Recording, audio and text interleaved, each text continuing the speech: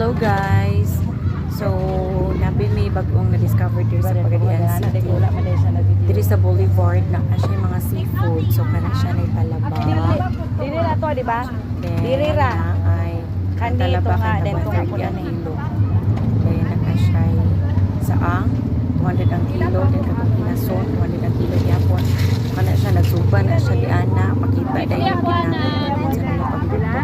Dira ra visible sa ato akana di ba niladaan kay para dili maglain atong mga tiyan kay hilaw so giluto na nila Tunga ani, then tunga po adtong kani. Then kani po tulo ka baso. Pila ni? Tara. Then nasa shy piece na sila mga soft drinks. Nasa sila pisto dito sa daplin katon ay mga lamisa so dito mo mga on ay mga sauce, chili flakes, suka. Tunga po talaba. Pero wala sila rice. So, nara na ninyo magdala mo rice or magpalit mo rice or magpalit mo pastel. So, inana, puros lagi na siya seafoods. So, daghan na siya galumbay taman dito sa tungoy. Pero kani manggod siya mo inaidagko na isaang.